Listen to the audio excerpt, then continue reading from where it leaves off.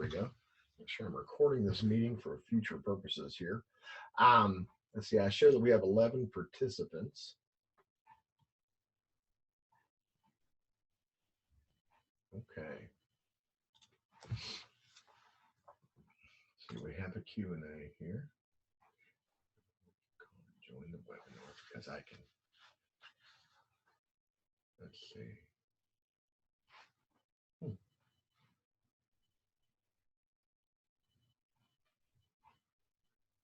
Hang on one second. Let me see if I can find that phone number as we go forward here.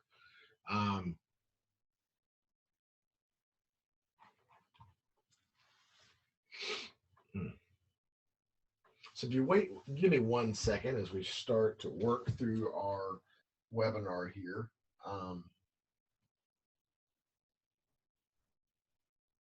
Let's see here. See if I can find the email that has a phone number from Ms. White here. Hold 1 second.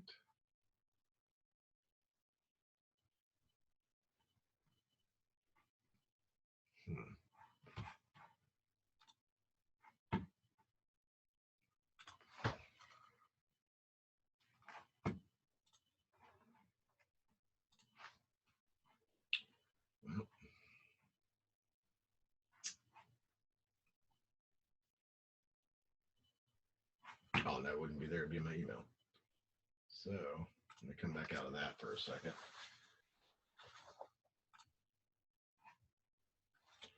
Let's see. Can you hear me? So I've sent, let's see, Ms. White, one of my panelists going to email. I was wondering if you could hear me or if you need a phone number. If you need a phone number, I'm going to have to contact someone. So let me know what we have going on there. I'm going to move that over to another screen. So let's see where we're at here. Okay, so as we get started with our slideshow this morning, beginning here. Okay.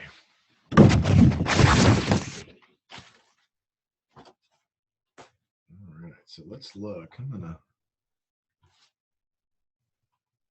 Let's see if we can get rid of the notes on that.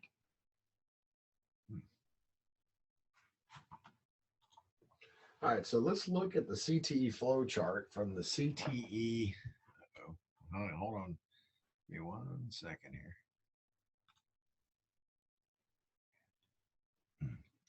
So let's see. Athens can hear you. Thank you, Athens. Let me see if I can get a hold of Vicki real quick to get Virginia White some help here. Bear with me 1 second, real quick, please. So what we'll do, while we're looking forward here, let me start moving to our Region 10 site. Hey, Vicki, this is Travis. If you could do me a favor, Regina White is having a problem with sound. Regina White, she's logged on. If you could email her maybe the phone number or something to assist with them, would that be okay? Because I'm kind of in the middle of it, so I appreciate you. All right, thanks. Bye. Okay, so let's look at the Region 10 website. Let me respond here. Let's see.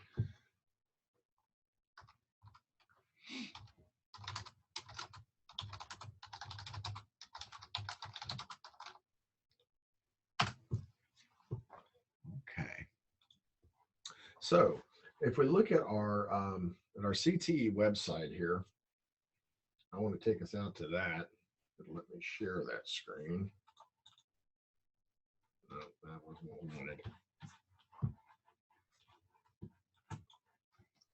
Bear with me here. Whoops. All right. Well,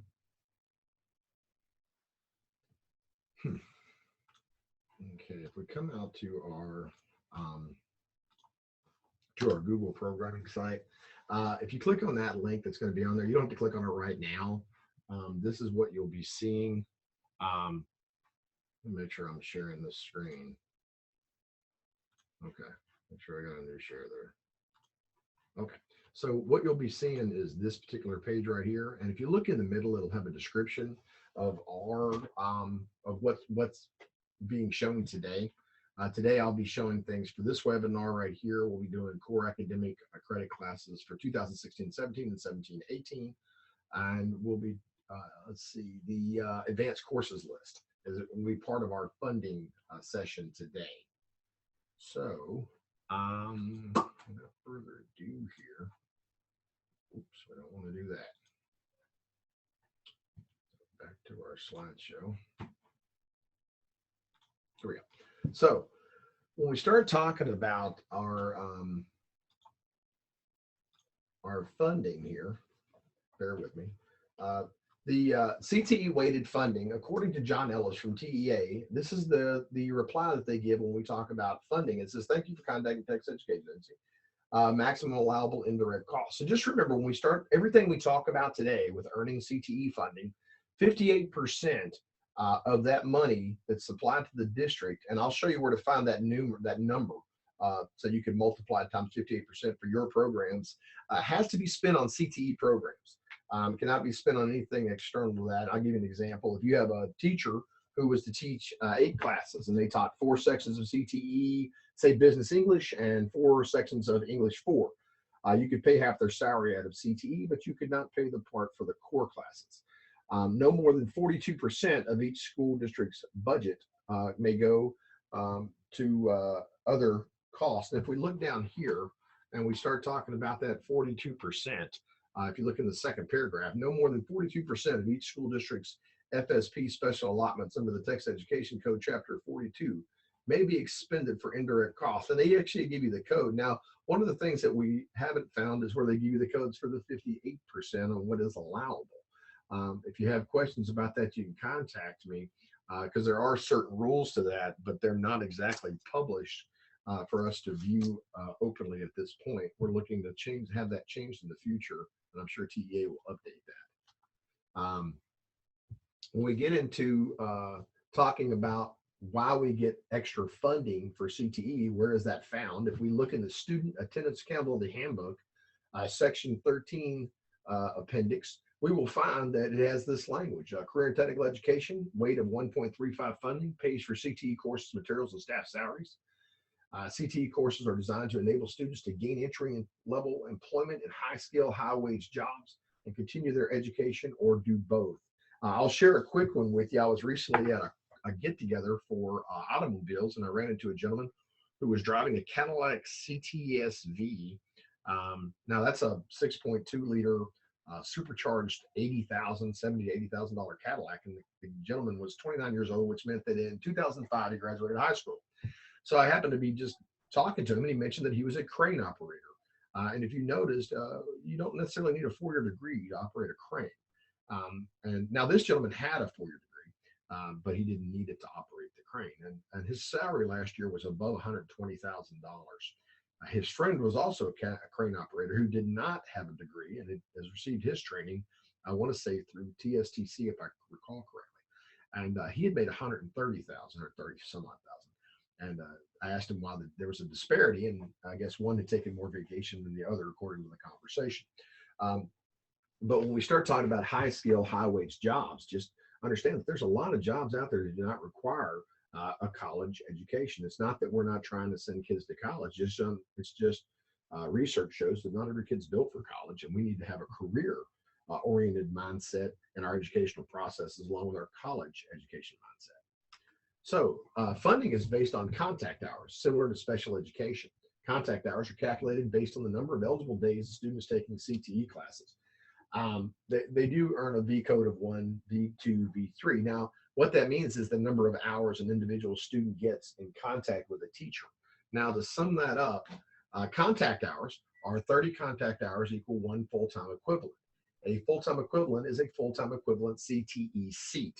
So I would like you to think of a FTE as it takes 6 students, 5 days to earn 30 contact hours. So let's all imagine that we have a student like this. For the purposes of this discussion, let's hold we have 24 students in a single class of CTE, example financial math. it will take 6 students at 100% attendance, meaning that all 6 are going to show up for that single class period every day, to earn 30 contact hours in 5 days. In other words, 6 students with 45 minutes of class time each times 5 days equals 30 contact hours with a teacher. So then 24 students divided by 6 would equal 4 FTEs. So to make it easy for this purpose of mathematics for us, for every 6 students that we have enrolled in a CTE class during a given week or a block scheduled over 2 weeks, we earn a contact hour for their time in class if they're averaging 45 minutes a day over a 10-day period. So each week we would earn 30 contact hours, and that would give us an FTE. So if we have 24 students divided by 6, we would all agree that 24 students, 5 days a week, so 24 divided by 6 equals 4. So for funding purposes, we use this base with our information from our summary of finance to estimate weighted funding. Summary of finance link. So I like to go here to the summary of finance link, and it's a matter of public information. Let me get that screen over here. Oh, actually, I moved it, didn't I? Make sure we got a new share here. I just want to make sure I'm sharing that. Okay. So, hang on 1 second. There we go. Oops. Let's see here. There we are. So, when we're dealing with summary of finance, we will, this is the summary of finance page. I have it linked. I can show you how to get, I will go back and show you how to get to it from the TEA website, but for right now, we're going to work off this. If you are working from another computer, let me just do this real quick. So I will show you real fast. If we were to go to the TEA website and you wanted to find summary of finance, we go to TEA's main website. We hover over finance and grants. Don't move left or right on this bar because it'll open up a new drop-down menu. So what we'll do is we'll hover over finance and grants. Excuse me. We will hover over finance and grants. We will come over to the right here to the summary of finance reports. And that'll take us to the page we were looking at before. With summary of finance report, we want to open the summary of finances. We'll hit select. I want to do the calendar school year for 2016-2017. And then for a district, let's see, I will use my friend Chris Sheets. He's the principal at Wolf City High School. He's a great guy, former veteran, and super principal. So I'm going to use Chris's school. That's Wolf City ISD. I'll click on that. They'll give me an ID number here. Then I'll click on that. So when you do that, it'll open up a page of reports for your summary of finance. I like to go to the latest, which is dated January 10th, 2017. And I open the HTML version because it's just more user-friendly. Okay. Make sure everybody can see that. Okay. So when we open that summary of finance, what I can look at is a couple things here. One of the things I'll be looking at is the high school ADA. And what that is the average daily attendance. So at Wolf City, they're averaging about 150 kids being paid for a day. Now, what this line 6 tells me is how many kids that we have showing up to school that are being paid for. Now, on the books, normally schools have a little bit of about 5% increase on that. So you figure that would be probably about 6 more students. I would estimate that if you were showing this number at 1,000, then you'd probably have more than probably about 1,050 to 1,100 students enrolled in your school. If anywhere between that, depending on your daily attendance rates, usually a lot of schools are somewhere between 94 and 98%. I always use 95% as my go-between. So that means that for every student enrolled on our high school campus, about 95% show up a day, every day. Some are sick, some have to go to family meetings, some have dental appointments, things like that that affect our ADA. Now, what we have here is our FTEs, which tells us if you took that 53 times 6, that would tell you how many individual CTE classes or 1 hour equivalent classes that the student body is attending over there. I always like to take these two numbers and divide them. And one of my goals is to get to where I like to see 0.30 on that.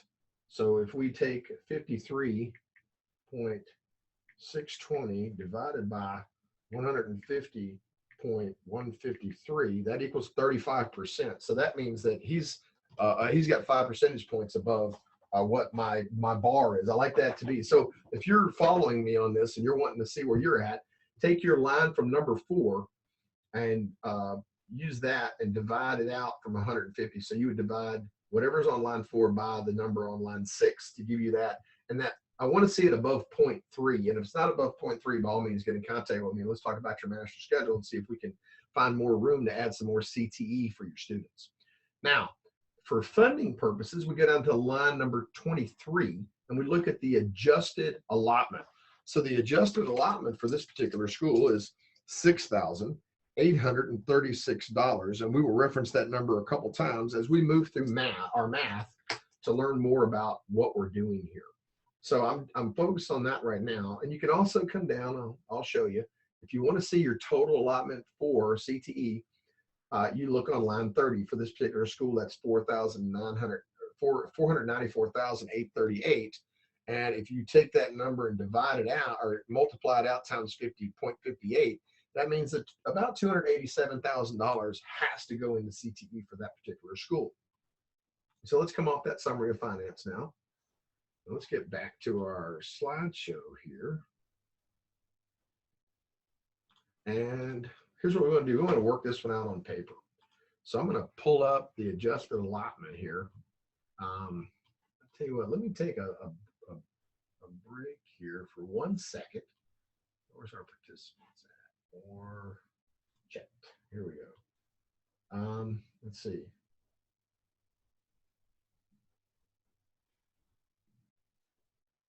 Okay, so I just want to make sure, if you would please in the type in, I'm going to ask, can everyone see my screens as I talk? I'm always a little nervous about what you can see versus what I can see. Can someone reply and make sure that right now we're seeing a Word document that says adjusted allotment times 4 FTEs? Is that what everybody's seeing?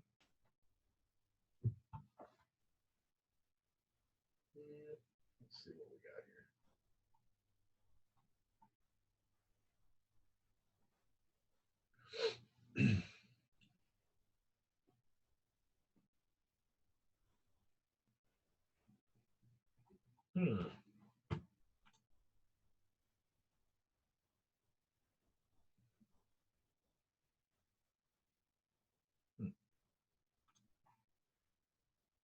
Okay. Let's see. Well, let me get out of that for a second then. Okay, here we go. So for adjusted allotment times 4 FTEs, because we were talking about having 24 students. Now, what I'll do is I'm going to work through this problem to show you what I did was, so I found out what my adjusted allotment rate was. So my adjusted allotment was $6,836. And then remember, I have calculated that I had 24 students in that class, and that if all 24 students showed up for 100% of their attendance, then and divided by 4, that would equal, or divided by 6, so 6 students for 5 days. So we're dividing 24 students by 6 students to equal 4 FTEs. So I would take that 6836, which is my base that I got from line number 23, if you recall. I'll go back and show one more time here. If you remember, we pulled that from number 23, the adjusted allotment. That's the amount we're using. So with the adjusted allotment, and we multiply that times 4 for our FTEs, and then that is going to equal, get my calculator going here, 6836 times 4 is going to equal 27,000, oops, 27,340. Oh, I'm in the numbers thing. My apologies. I'm bouncing around my screen here. Here we go. $27,344. Now, mind you, that's what we get for the whole year for 4 student seats. So I want you to think of it like this. Out of the 24 seats in that classroom, we're going to get paid for 4 of those seats. The rest of our seats are regular attendance funding. But for the purposes of this, we're going to talk about what that extra 1.35 looks like. So we're going to pay 4 of those seats out of the 24, the additional funding.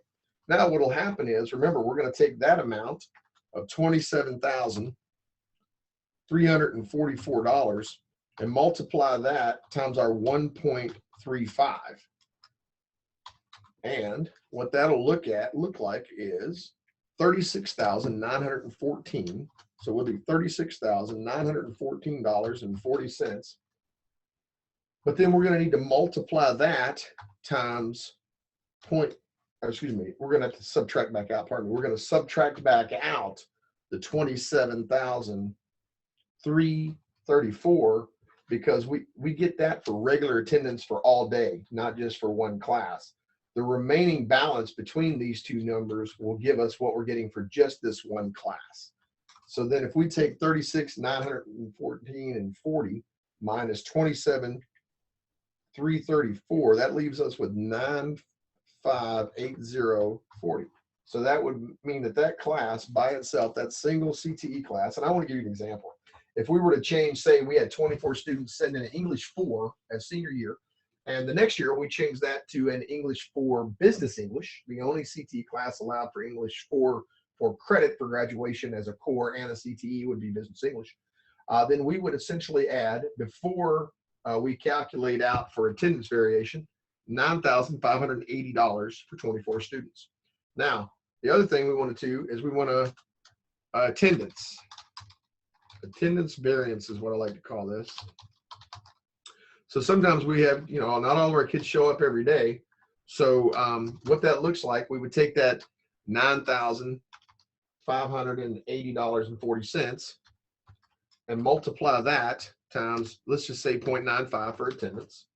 And that would allow us to estimate that 9101.38. So at 95% attendance, that class would draw 9101.38. So we would draw an additional 9,000. And I don't want to say out of the blue, but essentially, if you were to change an existing ELA 4 class to a business English class for the full year, then without changing the teacher, without changing the students, and without changing the classroom environment, you would essentially add $101.38 to the school's budget. Now, if you really are the district's budget, if you wanted to see what that looked like per student, you could take that amount of 9,101.38 and we could divide that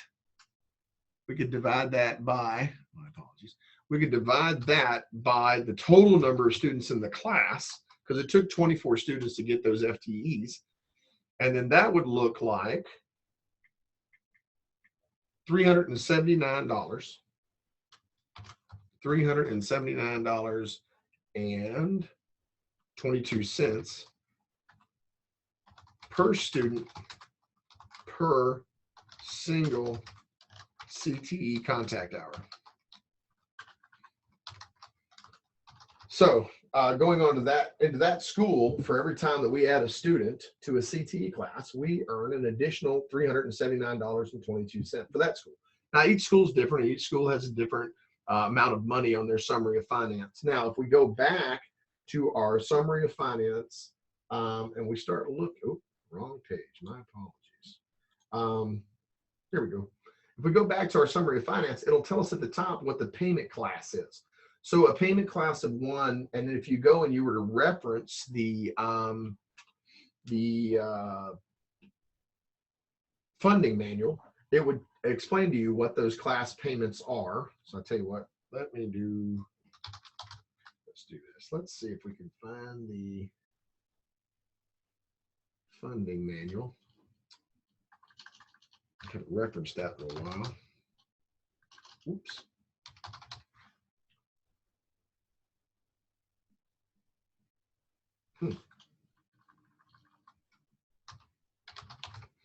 Try something different here.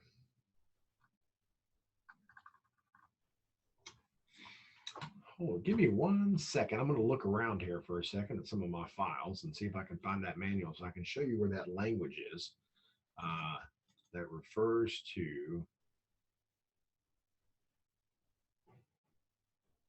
the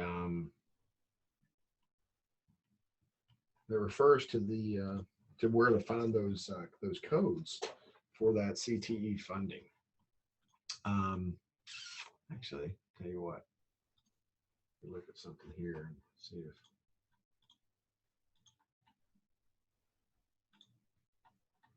Let's go through. I'm just going through an older slideshow here to see if I actually had that funding written down. My apologies for the delay here. No, I didn't have it on that slideshow. My apologies. Not going to waste too much of your time here, but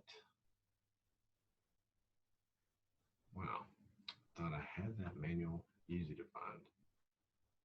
Let's see here. Yeah, because I want to find the manual to see if I can determine or show you really quickly where the language exists for the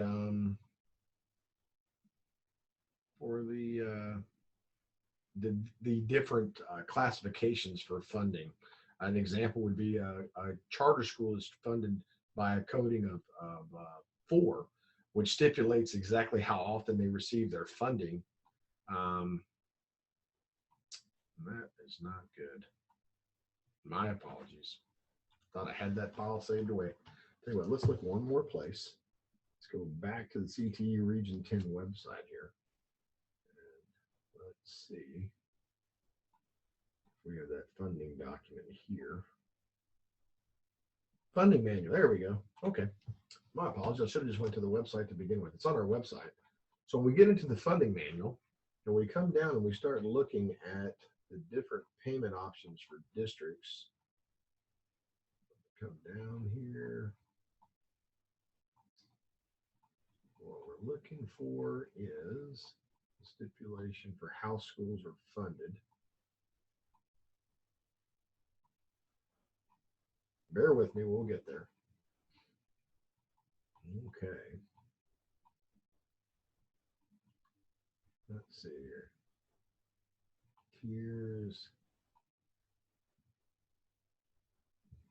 There's a specific table on this. Let me find said table. There we go. So payment classification category. When you look at the top of your summary of finance, let me go back over, it'll give you a payment class category. So when you come back over to the Region 10 manual, or to the Region 10 manual, to the TEA School Funding 101 manual, it'll correlate that category with how your payments come out. So if you're a category 1, then you're going to go 15, 10, 10, 10. If you're a category 2, starting in September, you get 22, followed by 18%, followed by 9.5, with no funding between December and March, and then picking back up again in April.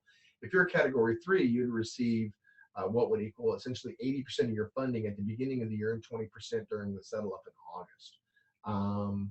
The charters, yeah, if you noticed here, it says the charters. Charters will be a payment category of either 4 or 5. It's not listed on this, but they are paid in 12 equal monthly installments. So if you're a charter school and you're listening in today, your payment category will be 4 or 5, and you'll be paid in 12 monthly installments. If you are a public ISD, then you would be either categorized based off of your summary of finance for a category 1 or category 2 or category 3. I hope that helps. So work that out on paper. Now, one of the things that I wanted to talk about, let's go back over to our Region 10 website, and we'll look at today's stuff. And if you looked, I had the flow chart. So when we talk about, I'm going to take a minute to talk about the flow chart, and this is how we let's come in a little tighter here. This is how we code our students. Now I'm going to give you the common mistake I see with a lot of districts. If I see a mistake made, here's where I'll see it. When you start answering the questions, we don't go back and answer the same question twice. And I'll show you where people end up accidentally answering the same question twice. If you notice, there are no more code 3s. This was last updated July 1st of 2016. The code 3s were for tech prep programs. That was abolished in 2011 and defunded, and finally ran out over its course by 2015-16. So on the fall snapshot date, these are the questions you would ask going into the October of each school year if we're going to code a student a 0, 1, or 2 from 9th through 12th grade for CTE. On a fall snapshot date, was a student enrolled in a career and technical education course? Now, if we went with no, and we came over to the right side of the page and we were to go with no, it asks on the fall snapshot date, does the student have a 4-year plan, a PGP, to take a coherent sequence of CTE courses that develop occupational knowledge, skills, and competencies related to the CTE program of study? If your answer is no, you would code them a 0 And if your answer is yes, you'd continue down. So yes, has the student completed at least one semester, that'd be 0.5 credits, of CTE coursework as part of his or her coherent sequence? If you answered yes, you'd continue on. Does the student's 4-year plan include taking 2 or more CTE courses for 3 or more credits to develop occupational knowledge, skills, and competencies? Let me give you an example. Say you have a freshman that comes in and they take BIM, and then their sophomore year, they're packed with band and say cheerleading or football, and they just don't have room on their schedule for another CTE course, but their plan holds that they'll continue to earn CTE credit of either 2 or 3 classes for at least 3 or more credits throughout their high school career to build on a CTE program of study. Even though they're not enrolled in a class, because you answered that at the top of the page. We've already answered that. We don't go back and answer that question again. So if the answer is yes, even if they're not enrolled in a class, then we would still code them a 2. When you answer no to the question, is that student currently enrolled in a CTE class? The only options you have are 0 or 2 to determine if that student is a CTE coded student. And the only real true honest way to do it is to have a copy of their transcript if they're after 9th grade. Unless you have 8th graders earning high school credit, you would still need to understand what is on their high school credit or on their high school transcript, and a copy of their up-to-date PGP, their personal graduation plan. Now, on the fall snapshot date, was the student currently enrolled? And the answer would be yes. So if a student is currently enrolled in the CTE class, you can only code them a 1 or a 2. There is no 0 option if they are currently taking a class. So say you have a student who's really into band and things like that, and they're doing fine arts, and they're going to take 1 or 2 CTE classes. Well, if on the fall snapshot date, the student's current 4-year plan holds that they're going to take a coherent sequence of CTE courses that develop occupational knowledge and skills and competencies, then you would say yes. Now, if they're only taking a couple classes, say they're going to take 1 or 2 classes for CTE, but they're not focused on a CTE program of study, then you would code them a 1 because they're currently in a class. They're just not on a program to attain a skill set that's CTE oriented. So if you answered yes, does the student's 4-year plan include taking 2 or more courses for 3 or more credits to develop the knowledge and skills and competencies? So if you answered yes, you'd code them a 2. Once again, it's very important that we have up-to-date personal graduation plans that each of our students has on file. Okay, so let me close that tab out. Get away from that. I want to get back over to our Region 10 website page. And let's talk about core academic classes. So what I'm going to do is I'm going to go to our what I call our wish list now. It will include these classes. We can look at these real quick. This is this year. This is what's on the books currently. There's 1 English, 5 math, and 12 sciences for a total of 14 sciences, because scientific research and design is a class that has 3 PEMS codes. So currently, if you have a student taking one of these classes, that student can earn both the core credit and the CTE credit. And those classes can be used for both to satisfy the high school graduation requirement and to satisfy the endorsement requirements outlined in Chapter 7413F of the high school subchapter B for high school graduation. So let's get back out of that for a minute. Sorry, let me go back to our CTE planning, and I want to go to what I call our wish list.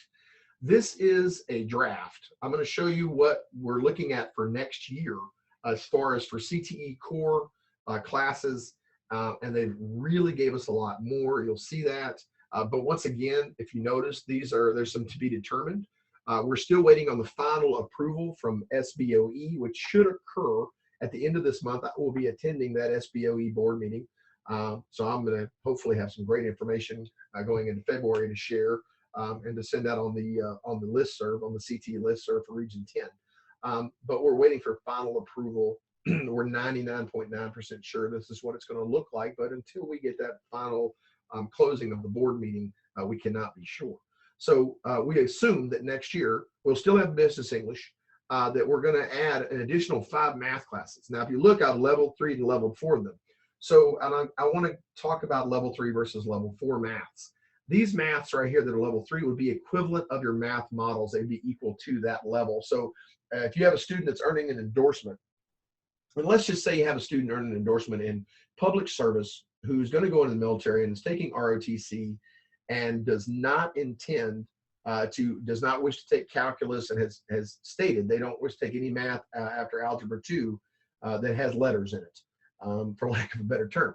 Well, let's say that that student elects not to take algebra 2 because they don't want to do DLA either, and unless that's required by your school board, that would be allowable.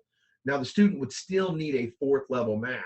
I always encourage students to consider algebra 2 because of the DLA. You have to have algebra 2 for distinguished level of achievement. But if they're not going for distinguished level of achievement, and please don't get angry for me saying that. That's just an example. I'm hypothetical here. We could place that student in, say, statistics and business decision making, or say that they want to go into the military and be a medic, a U.S. Army medic or a respiratory technician or something. We could put them in medical math for medical professionals. So that student's coursework might look something like they would do algebra 1, algebra 2, followed by financial mathematics, followed by a math and medical professionals, and they would be able to earn a public service endorsement. That 4th level math, one of these 3 maths, would satisfy that requirement. Now, if they have algebra 2, they don't have to worry about that, and you can take these courses after algebra 2. I have some schools that I've talked to that are going algebra 1, algebra 2, followed by geometry, and that opens the senior year up for either some students are going to obviously take the AP or the dual credit to improve their grade point average to try to move them up in the class rankings.